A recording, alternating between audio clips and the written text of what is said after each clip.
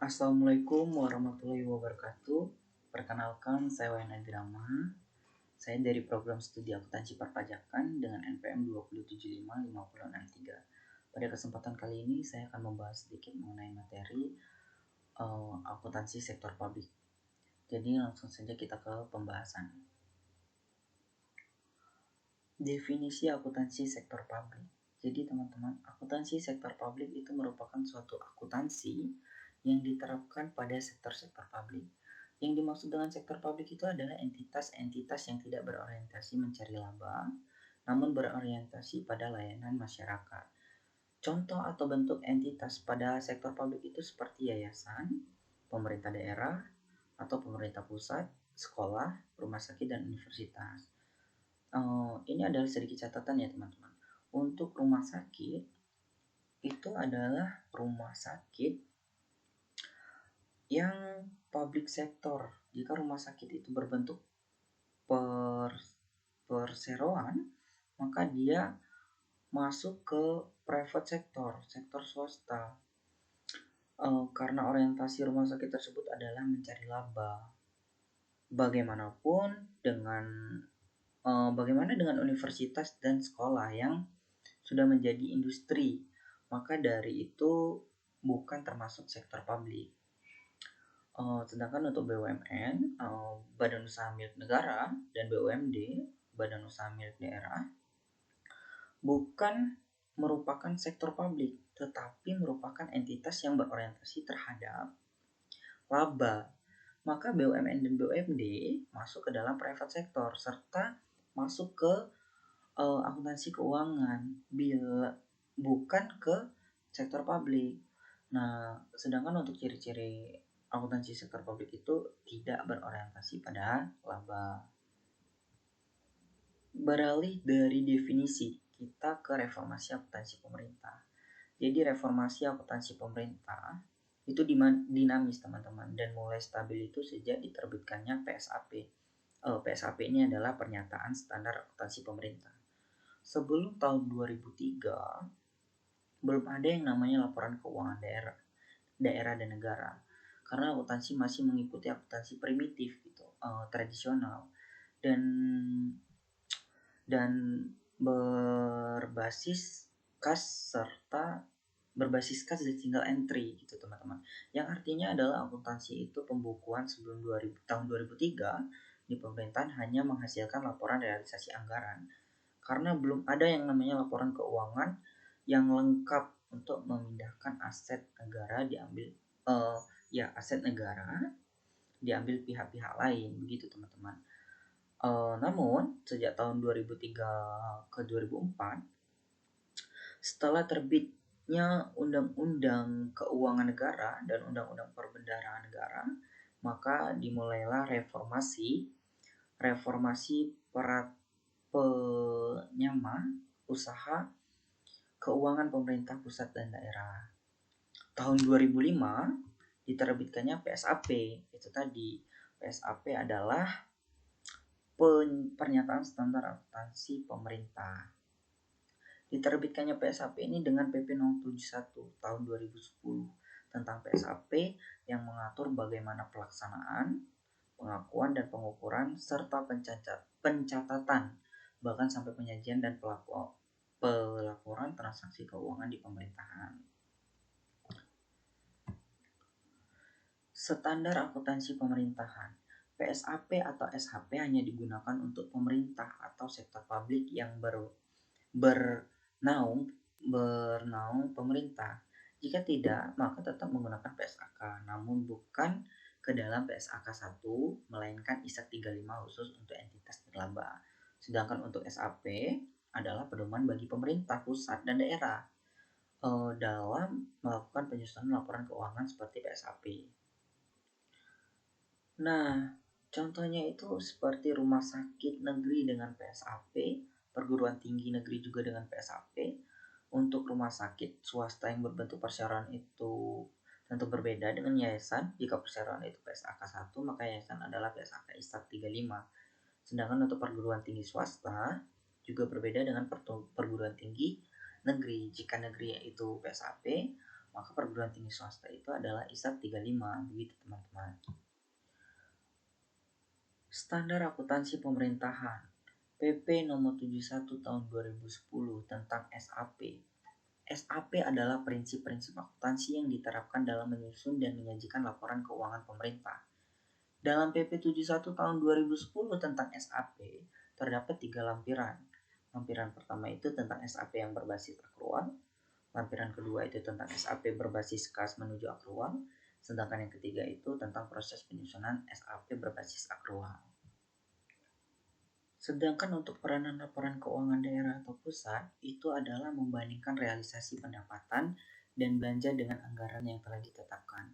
Selain untuk menjadi pembanding realisasi, peranan laporan keuangan daerah atau pusat pun juga sebagai penyedia informasi yang relevan mengenai posisi keuangan dan seluruh transaksi yang dilakukan oleh pemerintah selama satu periode pelaporan. Sedangkan untuk sifatnya, jadi ada 4 sifat. Yang pertama itu ada manajemen, akuntabilitas atau pertanggungjawaban. Yang ketiga itu ada keseimbangan regulasi, dan yang terakhir itu ada transparansi. Untuk manajemen itu artinya adalah laporan keuangan yang laporan keuangan pemerintah daerah maupun pusat pada pengelolaannya yaitu untuk mengambil suatu keputusan. Sedangkan untuk akuntabilitas atau pertanggungjawaban itu adalah pertanggungjawaban pada laporan keuangan. Dan untuk keseimbangan generasi itu di sini artinya kita dapat melihat keseimbangan dalam laporan keuangan tersebut, di mana itu adalah contohnya sebagai nantinya generasi selanjutnya itu akan merasa terbebani atau tidak dengan laporan keuangan pusat maupun daerah, begitu teman-teman. Sedangkan untuk transparansi artinya transparan dengan pengelolaan keuangan, baik berapakah yang diterima maupun yang keluar dari pemerintahan pusat maupun daerah. Beralih dari sifat kita menuju ke tujuan laporan keuangan. Jelas teman-teman, secara umum tujuan laporan keuangan itu yaitu menyediakan informasi laporan keuangan kepada pengguna keuangan dalam rangka untuk mengambil keputusan yang ekonomis. Sedangkan untuk pengguna dan kebutuhan informasi, maka penggunanya itu ada masyarakat, wakil rakyat, lembaga pegawai atau BPKP, ada juga lembaga pemeriksa atau BPK, ada juga yang namanya itu pihak yang memberi atau berperan dalam proses donasi, investasi, dan pinjaman. Dan terakhir itu pengguna dan kebutuhan informasi itu adalah dari pemerintah. Entitas akuntansi dan pelaporan. Entitas akuntansi itu adalah unit pada pemerintah yang mengelola anggaran kekayaan dan kewajiban. Sedangkan entitas pelaporan merupakan unit pemerintah yang terdiri dari atau atas satu atau lebih entitas. Nah, contohnya itu ada entitas anak. Contohnya itu seperti dinas pendidikan, kesehatan, dan dinas lainnya. Sedangkan untuk entitas pelaporan itu hanya ada satu di setiap daerah. Untuk karakteristik kualitatif dari laporan keuangan, kualitas normatif yang harus dicapai di dalam laporan keuangan itu ada relevan, andal, dapat dibandingkan, dapat dipahami.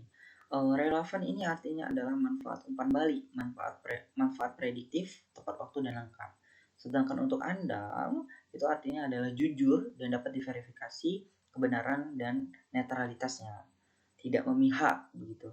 Sedangkan untuk dapat dibandingkan itu adalah artinya angkanya dapat dibandingkan dari tahun yang sekarang dengan tahun yang sebelumnya, sehingga untuk dapat menentukan suatu keputusan yang benar dan baik itu kita dapat dengan baik dan benar karena adanya perbandingan angka dari tahun yang kini dan tahun sebelumnya begitu. Sedangkan untuk dapat dipahami itu artinya adalah baik dari struktur angka maupun dari kejujuran dalam penulisan atau pengimplementasian laporan keuangannya itu dapat dipahami. Gitu. Prinsip akuntansi dan pelaporan keuangan.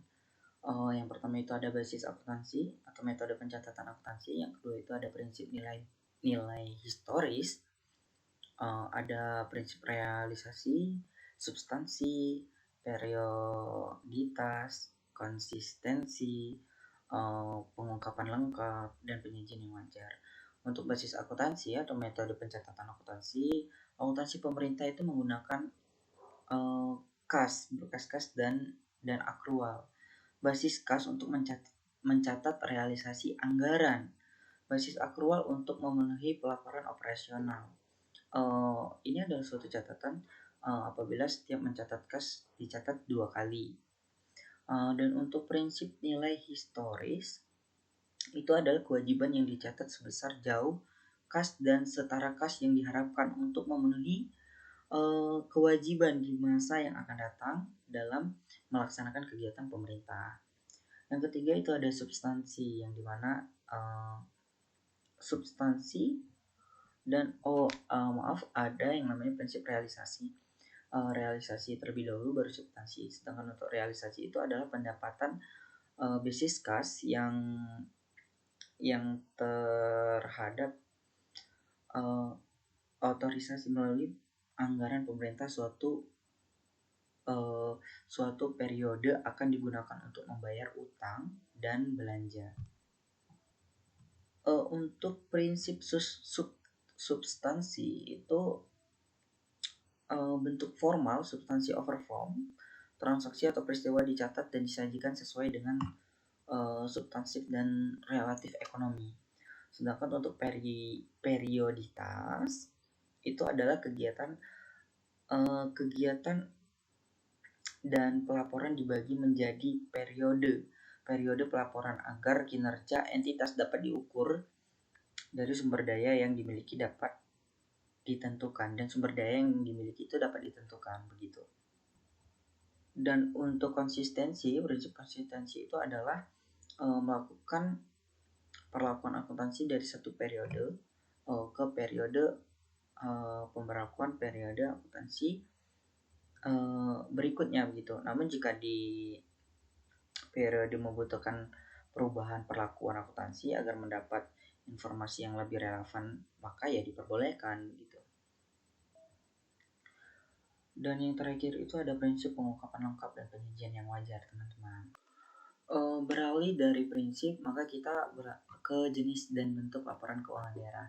Jadi laporan keuangan daerah itu ada 8, teman-teman. Yang pertama itu LRA atau laporan realisasi anggaran. Yang kedua itu ada laporan perubahan saldo. Yang ketiga itu ada anggaran lebih atau LPSAL. Yang keempat itu ada laporan operasional atau LO. Yang kelima itu ada laporan perubahan ekuitas LPE. Dan keenam itu ada neraca. Yang ketujuh itu ada laporan arus kas atau LAK. Dan yang terakhir itu ada CALK. Tentu ini sudah umum ya teman-teman, yaitu catatan atas laporan keuangan. Dan pembahasan untuk teori yang selanjutnya itu adalah keterkaitan antara laporan keuangan daerah, hubungan antara LRA tanda panah laporan perubahan SAL dan tanda panah LVE tanda panah neraca. Jadi teman-teman, ini adalah contoh laporan keuangan ya, LKPT DKI Jakarta tahun 2021. Ini ada totalnya itu sebesar 1 miliar sekian.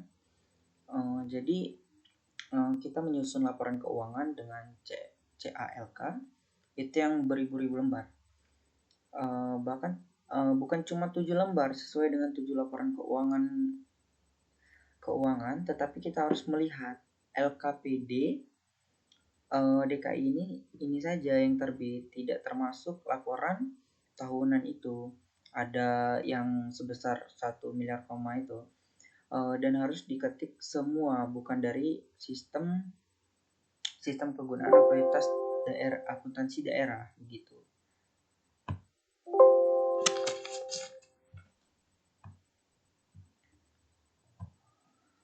Selanjutnya itu ada struktur pertama, itu ada struktur laporan keuangan daerah.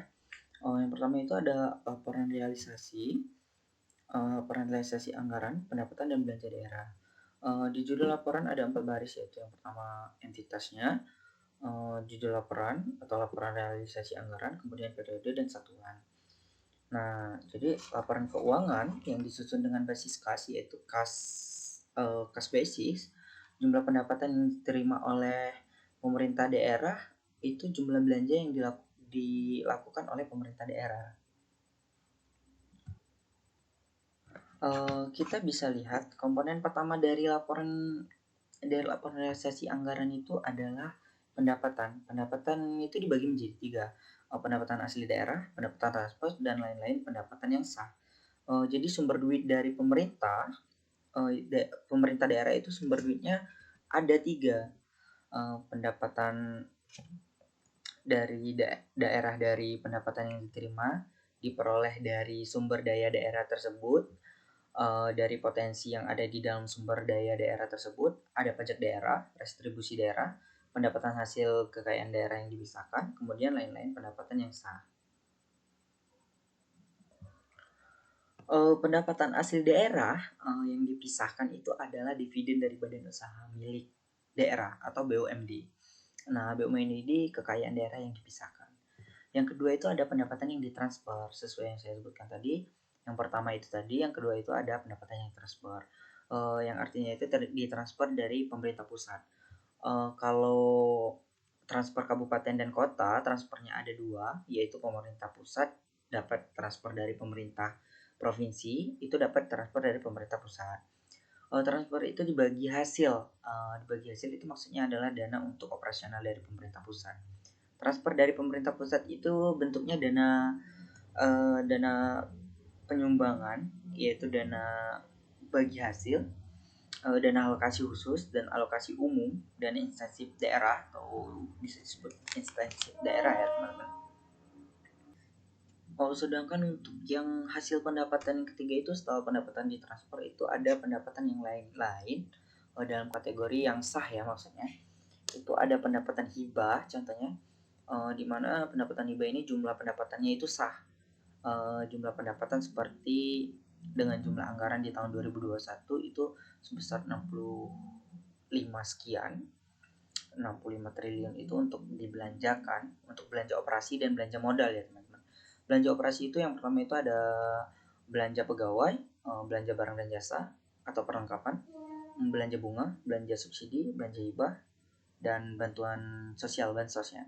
Sedangkan untuk belanja modal sendiri itu ada belanja modal, peralatan dan mesin, belanja gedung dan bangunan, kemudian belanja dalam irigasi dan jaringan, kemudian ada belanja aset tetap lainnya ya. Kemudian ada juga yang namanya belanja tak terduga. Itu contohnya itu belanja bencana alam, belanja banjir, tanah longsor, dan lain-lain. Selain itu pendapatan yang 65 triliun sekian itu tadi, selain digunakan untuk belanja, itu juga digunakan untuk transport kemana? Kalau dia pemerintah provinsi transfer ke kabupaten. Kalau dia pemerintah kabupaten ya transfernya ke desa begitu teman-teman. Jadi komponen pendapatan itu digunakan untuk belanja dan dikeluarkan untuk transfer. Pendapatan dikurangi belanja dikurangkan dengan transfer akan muncul surplus, dan suatu defisit begitu. Sedangkan untuk pemerintah DKI itu di pendapatannya gitu, di pendapatannya itu dikurangi dengan transfer itu sebesar diperoleh 65 triliun sekian itu, tetapi di transfernya itu sebesar 69 triliun, maka dia itu defisit 4 triliun, artinya dia itu uang masuk 65 dan uang keluarnya itu 69, berarti ada kekurangan begitu. Adanya kekurangan sebesar 4 triliun dan 4 triliun ini menjadi suatu surplus dan defisit. Defisit itu adalah kekurangan uang dengan akun pembayaran.